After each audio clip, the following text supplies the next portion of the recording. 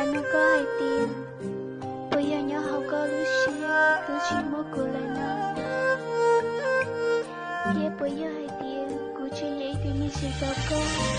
Họ cháy tiền, cô tôi chỉ ta luôn. Cô trở lại đa cũng một học nữa, học mơ một học đi. Cô như chỉ luôn, bây giờ nào. Bây giờ chỉ luôn, họ chỉ khía đâu cô. Ê yo chia cụ anh hay nhó cho li ngô. Cụ lên là nhó cho lúc cụ mơ liều. Cụ yi bao tìa, cụ yi ý thương đi chỉ đâu có. Nếu tôi chỉ mơ khi đã chỉ nhớ đợt tiền nó đâu có. Chỉ xa lưu phía đâu cụ chỉ tôi xía đâu có. Cụ yi bao tìa, cụ có mong thêm. Nhớ hai tìa mi nữa. Cụ mô lại chê, cô ý xía. Muốn thiệt tôi nếu có lưu tiếc con cho đờm.